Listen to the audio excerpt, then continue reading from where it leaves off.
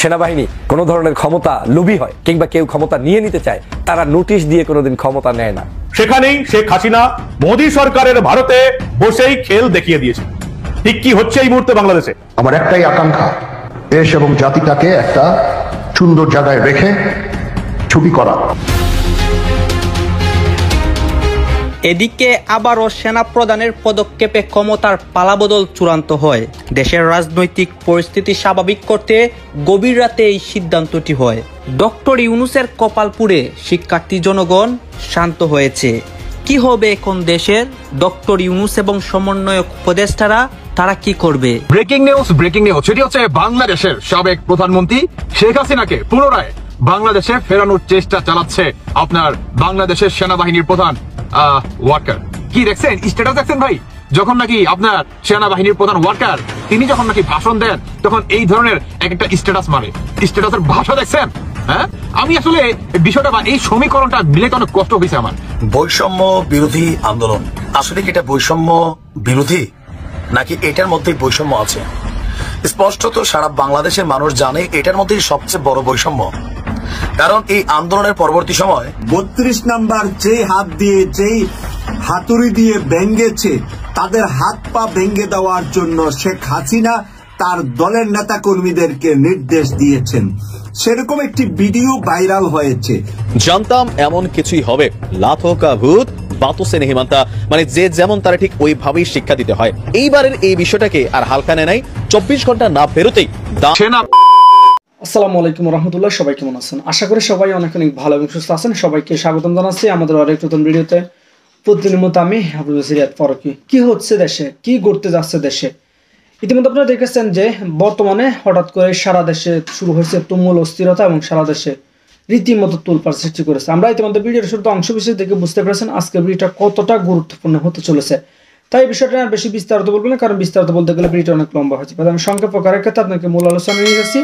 তার আগে আপনাকে ছোট একটি অনুরোধ জানাতেছে, যারা আমার ফারুকী অনলাইন ইউটিউব চ্যানেলতে এখনো হচ্ছেন প্লিজ দয়া করে আমার চ্যানেল সাবস্ক্রাইব করে সাথে থাকবেন। আর বেশি কথা না বলে আমরা ভিডিওটা একটু ধারাবাহিকভাবে একটু বিস্তারিত প্রধানকে ডিরেক্ট এইভাবে মনে করেন হুমকি দেয় এবং এত নোংরা ভাষায় মনে করেন কথা বলার তারা সাহস পায়।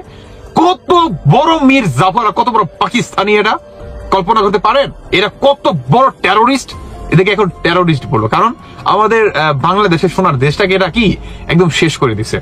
এখন আসুন মূল পয়েন্টে। বাংলাদেশের সাবেক প্রধানমন্ত্রী শেখ হাসিনা তিনি কি বাংলাদেশে আসতে পারবে? আমাদের বাংলাদেশের সেনাবাহিনীর যে প্রধান ওয়ার্কার তার সাথে কিন্তু ইন্ডিয়ার যে সচিব আছে আপনার কি বলে আকরাম নাম, হ্যাঁ, তার সাথে কিন্তু দেখা হয় বা তার সাথে কিন্তু একটা জরুরি মিটিং বসে। ওই যে বলছিলাম, কি মনে আছে না? তো সেই মিটিং এ কি কথা হয় যে বাংলাদেশের আপনাদের যে প্রধানমন্ত্রী আছে, সাবেক প্রধানমন্ত্রী, একে আপনি কিভাবে পুনরায় বাংলাদেশে ফিরাতে পারবেন এই বিষয়ে আমাদেরকে ধারণা দেন। কিন্তু এই বিষয়ে আপনার কাছ থেকে কি শুনতে চাই, আমরা যে সামনে হোয়াইট হাউসে আপনার ডোনাল্ড ট্রাম্পের সাথে একটা মিটিং করতে যাচ্ছি, যে মিটিংটা নাকি আপনার মোদি কইরে আসছে, সেই মিটিং এর কথাই বলতেছি। যে মিটিংটা আমরা করতে যাচ্ছি সেই মিটিং এ কিন্তু আমরা এই বিষয়গুলো কিন্তু তুলে ধরবো। এখানে আপনার ভূমিকাটা কি?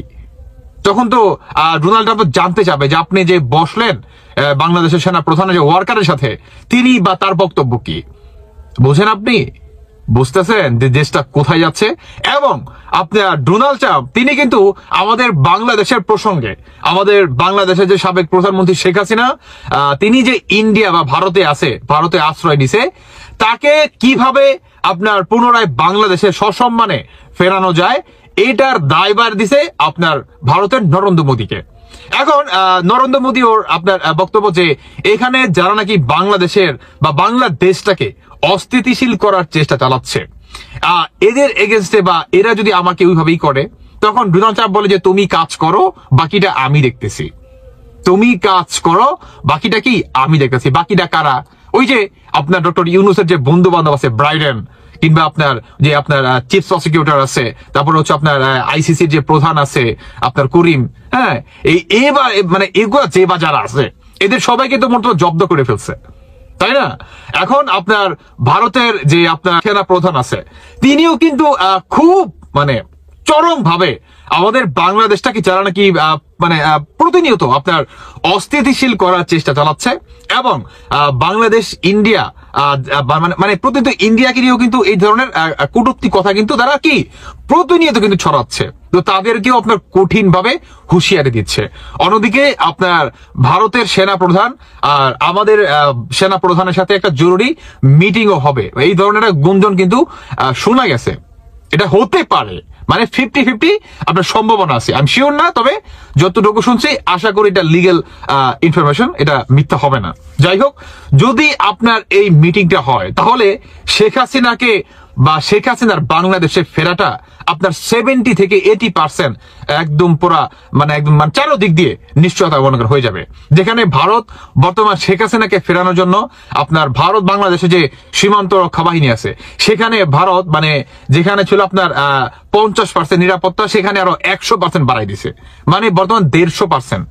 সেখানে আপনার ভারত মনে করেন আরো সিকিউরিটি মনে করেন হার্ড করে পালাইছে, যাতে যে কোনো পরিস্থিতি তারা কি কন্ট্রোল করতে পারে এবং শেখ হাসিনাকে পুনরায় বাংলাদেশে ফেরাতে পারে। এর জন্যই বা এরা যখন নাকি দেখতেছে যে চারো দিক দিয়ে মনে করেন এই ধরনের ঘটনাগুলো ভাই ঘটতেছে, বাংলাদেশের আপনার সেনা প্রধান ওয়ার্কার তিনিও তো শেখ হাসিনার বোন জামাই, মানে আমাদের বাংলাদেশের সেনা প্রধান তিনি আপনার শেখ হাসিনার বোন জামাই, মানে এত ইম্পর্টেন্ট একটা জায়গার ভিতরে শেখ হাসিনার মনে করেন ঘরের লোক।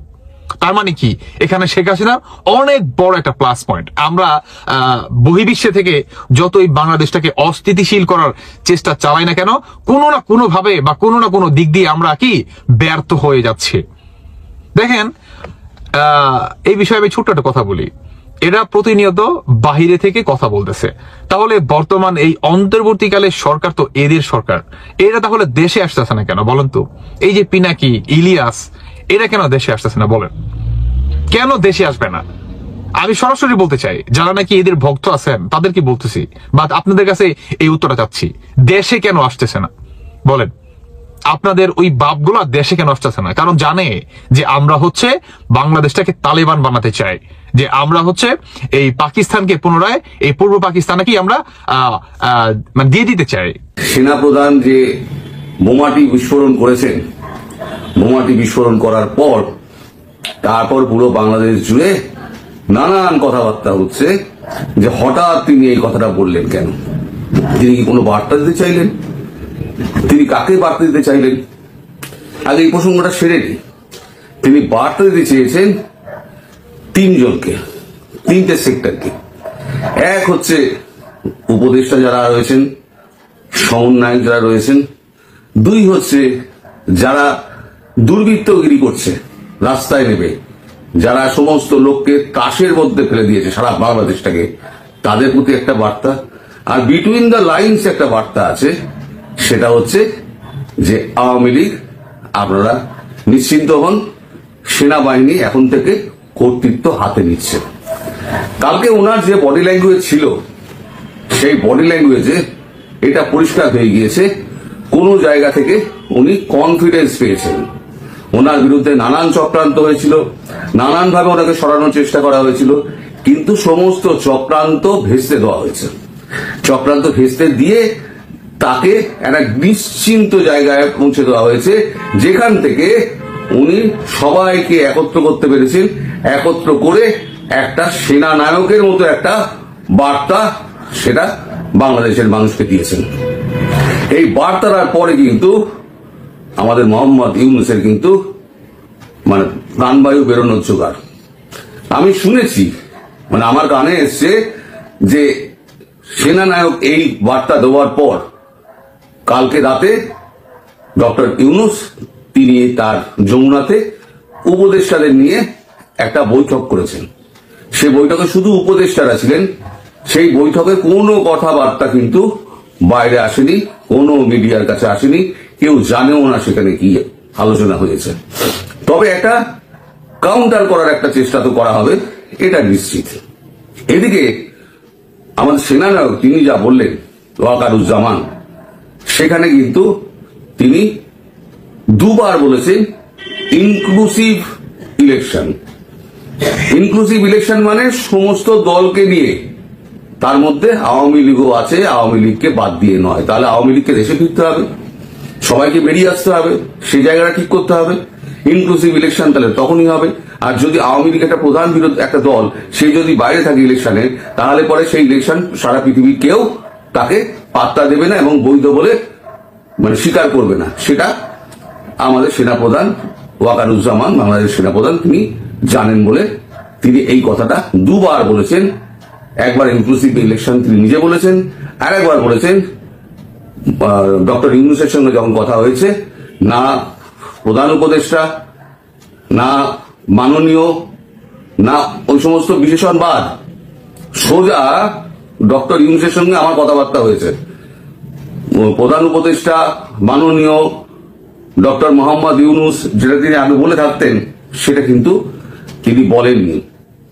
তখন আর একবার বলেছেন যে ইনক্লুসিভ ইলেকশন করতে হবে, সরকার সেই দিকেই ধাবিত হচ্ছে বলে আমাদের মনে হয় এবং আমাদের সহযোগিতা করা দরকার। এখন এই কথাটা বললেন কেন? এই কথাটা বলার পেছনে তো কোনো কারণ রয়েছে। এতদিন তো উনি বলেননি, আজকে এই কথা বললেন কেন? এই কথা বলার পেছনে যেটা রয়েছে সেটা হচ্ছে ভারত থেকে প্রতিনিয়ত কিন্তু ফিলার পাঠানো হচ্ছিল এবং ভেতরে যে বিভেদটা তৈরি হয়েছিল সেই বিভেদটাকে কিন্তু ভারতের যারা অ্যাসেট আছে সেই বিভেদটাকে কিন্তু তারা মিটিয়ে দিয়েছে। সবাই একত্রে সেনানায়কের পাশে এসে দাঁড়িয়েছে। ফলে সেনানায়কের যে বডি ল্যাঙ্গুয়েজ, তাতে কিন্তু বোঝা যাচ্ছে তিনি একটা কনফিডেন্স থেকে কথাগুলো বলছেন এবং তিনি আঙুল উঁচিয়ে বলছেন। আমি সতর্ক করে দিচ্ছি, আমি ভিডিওটা আপনাদেরকে লাগাচ্ছি এই কারণে, এই ভিডিওটা না দেখলে আমি যে পরবর্তী যে অংশটা যাব না, সেই অংশটা আপনারা বুঝতে পারবেন না। ভিডিওটা ছোট করে দিয়েছি, কেটে কেটে প্রয়োজনীয় অংশ, যে অংশটুকু আমি পরের বারে আমি ব্যাখ্যা করব, সেই অংশটুকুই শুধু এখানে লাগানো আছে। আপনারা প্রথমে ভিডিওটা দেখুন, তারপরে আমি আসছি যে কি হয়েছে, কেন হয়েছে এবং কি হতে চলেছে। গতকাল রাতেই বা কি হয়েছে, আগামী দিনেই বা কি হবে। সেনাবাহিনী কোন ধরনের ক্ষমতা লোভী হয় কিংবা কেউ ক্ষমতা নিয়ে নিতে চায়, তারা নোটিশ দিয়ে কোনোদিন ক্ষমতা নেয় না। নোটিশ দিয়ে ক্ষমতা নেওয়ার ইতিহাস কোনো জায়গায় নাই। কেউ যদি কুসৃষ্টি করে তাহলে সে রাতের বেলা এমনিই করবে, আপনার নোটিশ দেওয়ার দরকারটা কি? এই সেনাপ্রধান এখন পর্যন্ত আমার দৃষ্টিকোণ থেকে তিনি চাচ্ছেন না যে এ ধরনের কিছু ঘটুক। তিনি এখনো চাচ্ছেন বাংলাদেশ যে নিয়মে আছে চলুক না, দেখি কি করে। অনেক স্পেস কিন্তু আমাদেরকে তারা দিয়েছে। এখন বলবেন যে তারা দেয়ার কে? হ্যাঁ, তারা দেয়ার কে? তারা ছাড়া আপনার দেশ রক্ষা করার বাকি আছে?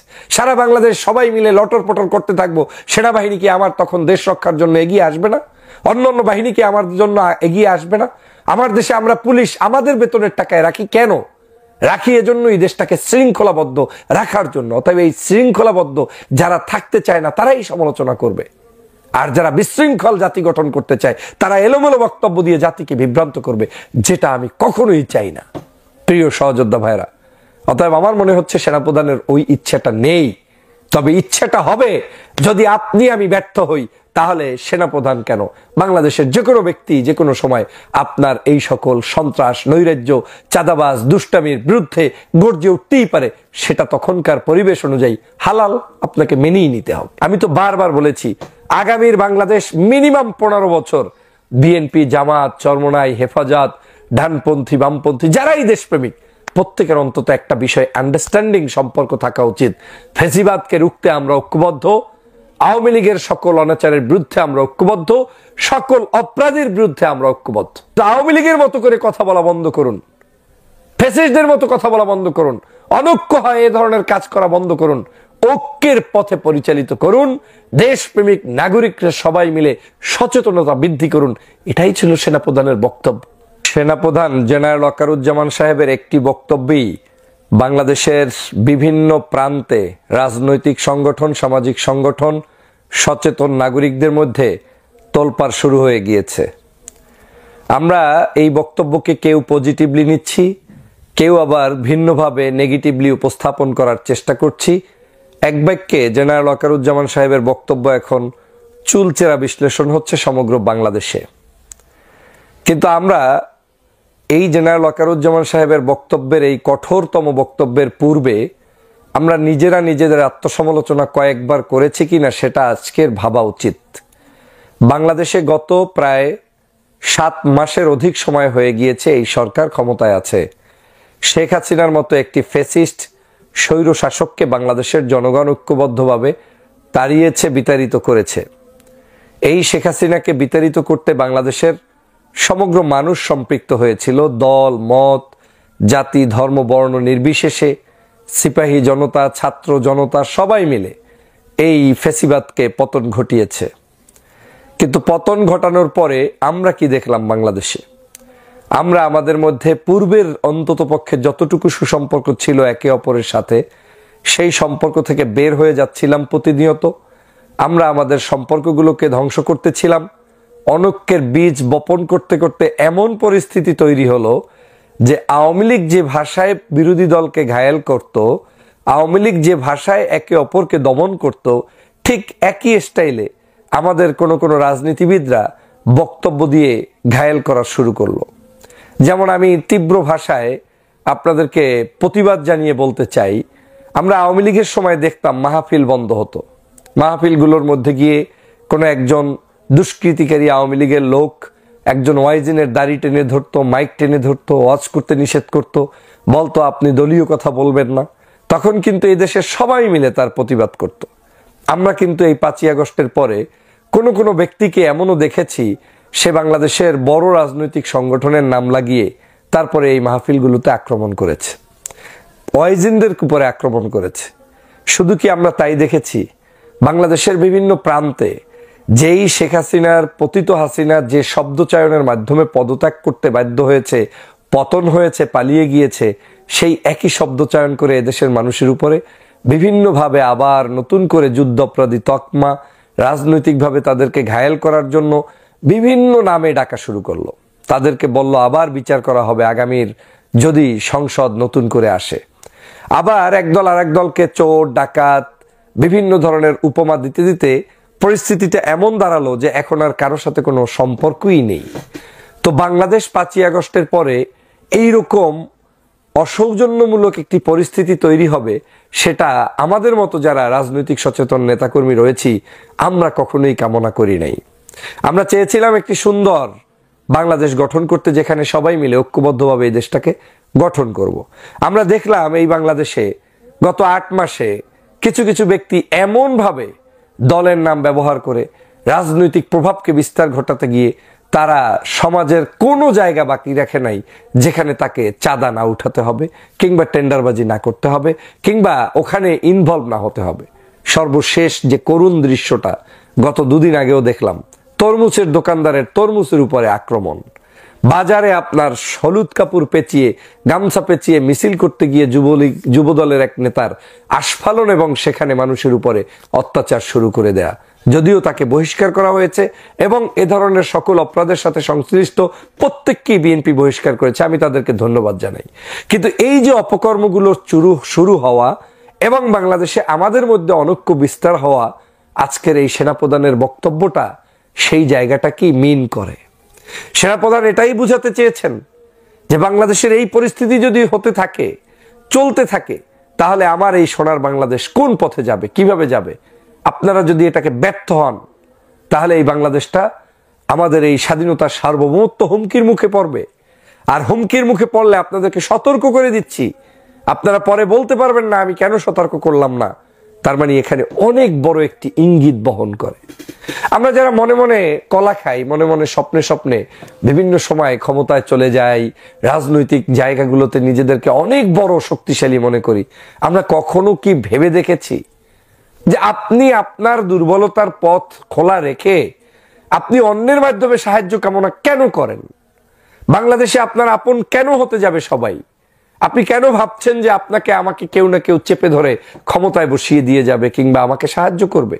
পৃথিবীর রাজনৈতিক ইতিহাসে এমন কিছু নাই যে এনিমি ছাড়া আপনার কোনোদিন আপনি উঠতে পারবেন না। আপনার আশেপাশে সব এনিমি থাকবে, শত্রু ভরপুর থাকবে, আপনার দোষ ত্রুটি ধরার জন্যই বসা থাকবে।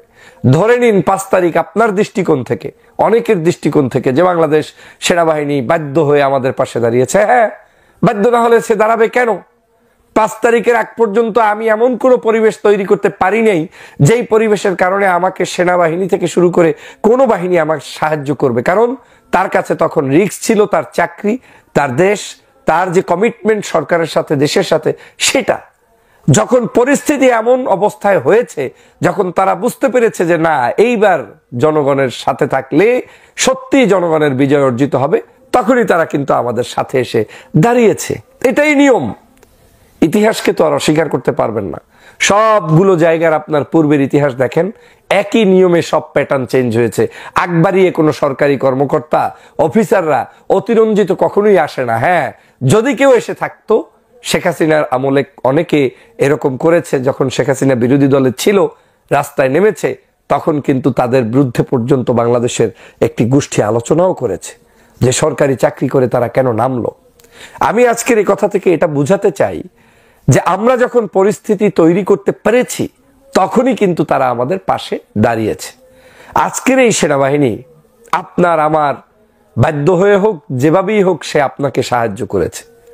সেনাপ্রধান শেখ হাসিনার আত্মীয়, এটা স্পষ্ট, এটার মধ্যে তো অসৌন্দর্যের কিছু নাই। বাংলাদেশে সবাই সবার আত্মীয়। এখানে আমার আত্মীয় আপনি, আপনার আত্মীয় আমি, আমার আত্মীয় আওয়ামী লীগ আছে, জামাত আছে, চরমনাই আছে, আপনার আত্মীয় তাই আছে। আত্মীয়তার বলে সেনাপ্রধান আমাকে সাহায্য করে নাই। আমি বিশ্বাস করি দেশের স্বার্থে, মানুষের স্বার্থে তিনি সাহায্য করেছেন।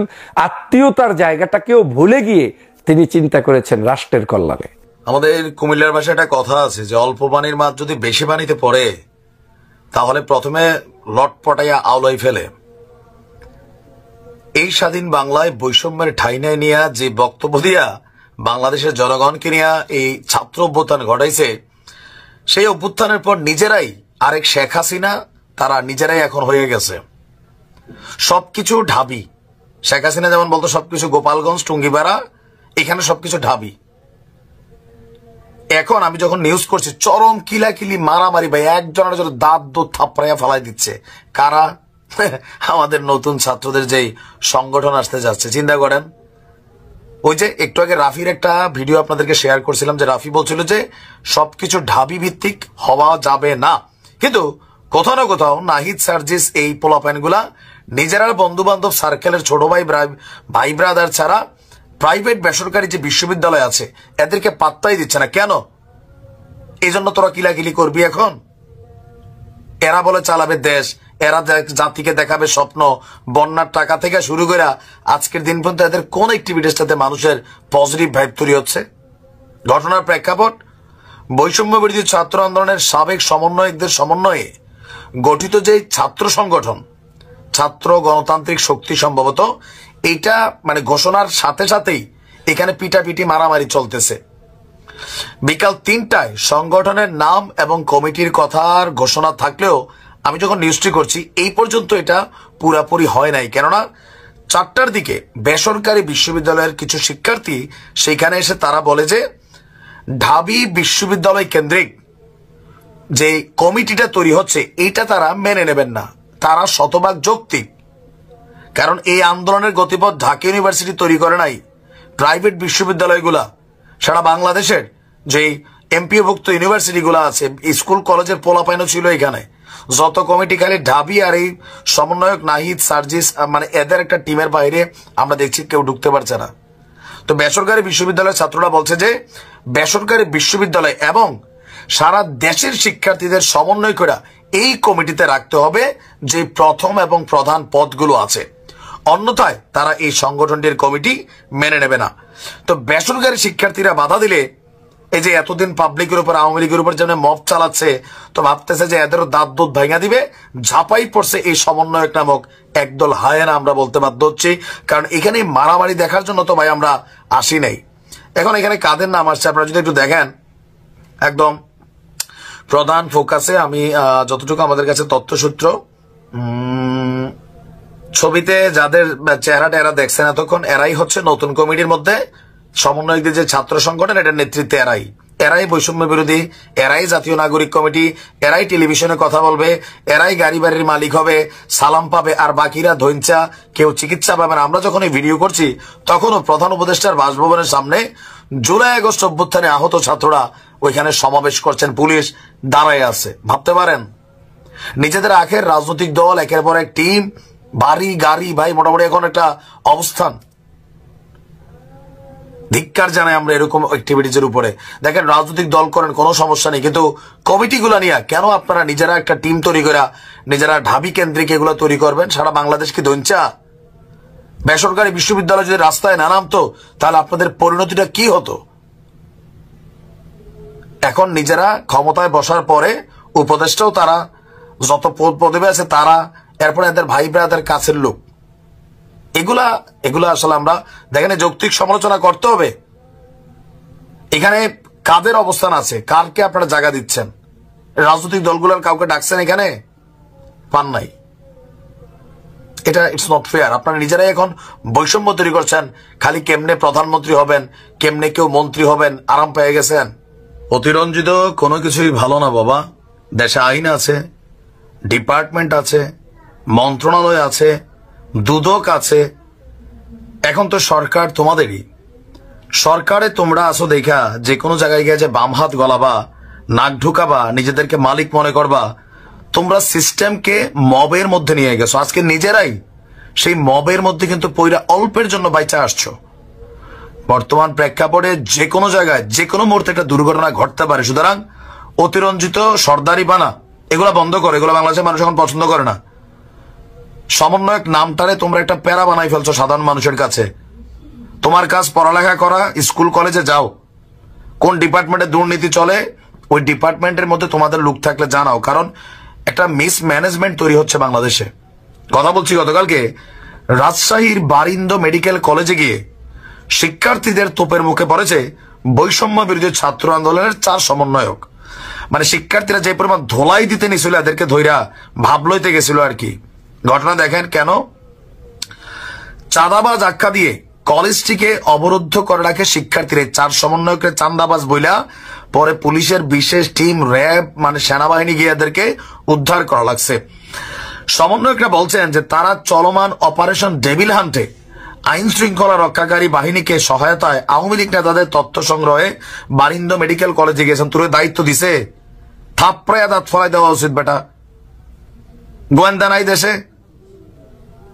এইসব পাকটা কাজকর্ম করতে গিয়া এরা ভেজাল লাগায়। পরে বলছে কি তারা আওয়ামী পন্থীদের মবের শিকার হন। তো কোনই তো খাইবাই, তুমি খালি মানুষের মব করবা নাকি? ঘটনার প্রেক্ষাপট কি গতকালকে দুপুরে রাজশাহী নগরের চন্দ্রিমা আবাসিক এলাকায় অবস্থিত বরিন্দ মেডিকেল কলেজ হাসপাতাল, এখানে কিন্তু পোলাপাইন পড়াশোনা করে, চিকিৎসা চলে। তো এরা 4 সমন্বয়ক কারা? বৈষম্য বিরোধী ছাত্র আন্দোলনের সাবেক কেন্দ্রীয় সমন্বয়ক গোলাম কিবরিয়া চৌধুরী, রাজশাহী জেলা কমিটির মুখ্য সংগঠক সোহাগ, বৈষম্য বিরোধী ছাত্র আন্দোলনের রাজশাহী জেলার যুগ্ম আহ্বায়ক বারি, রাজশাহী বিশ্ববিদ্যালয়ের আইন বিভাগের সাবেক শিক্ষার্থী নাজমুস সাকিব। এরা অতিরঞ্জিত কইরা শৈলে ভাব আসছে গেছিল এই মেডিকেল কলেজে। সেখানে মালিক হচ্ছে আপনার আওয়ামী লীগ সরকারের সাবেক পররাষ্ট্র প্রতিমন্ত্রী শাহরিয়ার আলম। তো এরপর থেকে তিনি আত্মগোপনে আছে, প্রতিষ্ঠানটি পরিচালনা করে তার বাবা। করতেই পারে, সমস্যাটা কোথায়? বারিন্দা মেডিকেল কলেজের অধ্যক্ষ বলছেন সোমবার তারা এসে অফিসের সচিবের সঙ্গে দেখা করেছিল। তাদের দাবি জানতে আজ তাদের সঙ্গে ওনার বসার কথা ছিল, কিন্তু গতকালকে তারা এসে সরাসরি এমডির কক্ষে ঢুকে যায়। সেইখানে গিয়ে বিভিন্ন রকম ধমক টমক দেয়। সবার নিরাপত্তার স্বার্থে পুলিশে খবর দেওয়া হয়। এ সময় তারা মাফ চাইয়া পোলাপাইনের হালকা কিলগুতানি খাইয়া সেখান থেকে আপনার কোন রকমের প্রাণটা নিয়ে রক্ষা পায়। এখন ছাত্ররা যারা বলছে, ওইখানে যারা ছাত্র আছে তাদের বক্তব্য যে আমাদের এখানে সমন্বয়করা আইসা আমাদের কলেজের মধ্যে এই ধরনের অস্থির পরিস্থিতি করা, এমডির সাথে খারাপ ব্যবহার করা, কলেজ বন্ধ করে দিবে এই ধরনের হুমকি দামকি দেওয়া, এইগুলা আমরা যারা আছি আমরাও তো এখানে বৈষম্য বিরোধী আন্দোলনের শিক্ষার্থীরা আছি। জুলাই আগস্টে আমাদেরও ভূমিকা ছিল, কিন্তু এখানে এসে গায়ের জোর দেখানো এইটা আমরা অ্যালাউ করি নাই। তারা চান্দাবাজ ছিল, আমরা এর জন্য পিটাইছি। পরে পুলিশের বিশেষ টিম পাঠাইয়া এসপি সাহেব এদেরকে উদ্ধার করছে। আমি আবারও বলি ভাই, গাজীপুরের ঘটনায় শিক্ষা হয় নাই। দেশে আইন আছে, আইন তোমরা নিজের হাতে তুলতে গেলে তোমাদেরকে মপ করে পিটাইতে হবে, এটাই স্বাভাবিক। তোমরা নিজের আগে ভালো হও। পুরা আওয়ামী লীগ হয়ে গেছো তোমরা নিজেরাই, এখন ছাত্রলীগের ভূমিকা চলে গেছো। আইনের বাহিরে কোন শিক্ষার্থীকে কোথাও মপ করতে গেলে লোকাল প্রতিষ্ঠান এদেরকে ঠেকাইতে হবে। দেশে আইনটারে কোনোভাবে এস্টাবলিশ করা যাচ্ছে না। এদের একটা পুরা ছাত্রলীগ যুবলীগকে পিছিয়ে ফেলে দিচ্ছে অনেকে গিয়া গিয়া, প্রতিষ্ঠানগুলো বন্ধ হয়ে যাচ্ছে।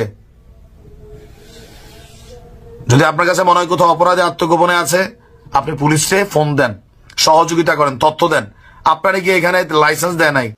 তো প্রিয় দর্শক, ইতিমধ্যে আপনারা সবাই দেখেছেন, ভিডিওটি দেখে আপনার মতামত অবশ্যই কমেন্ট করে জানাবেন। আমরা চেষ্টা করি সারা দেশে যে পরিস্থিতি চলতেছে তারই ধারাবাহিকতা যে ভিডিওগুলো সামাজিক যোগাযোগ মাধ্যম আমরা পাই সেগুলো আপনার মাঝে বিভিন্নভাবে মানে তুলে ধরার চেষ্টা করি। এখানে আমাদের ব্যক্তিগত কোনো মতামত নাই। অবশ্যই ভালো লাগবে, অবশ্যই শেয়ার করে দেবেন। চ্যানেল নতুন থেকে চ্যানেল সাবস্ক্রাইব করে সাথে থাকবেন। এরকম ফান চলা করতে সবার রাখবেন। ধন্যবাদ সবাইকে। আল্লাহ।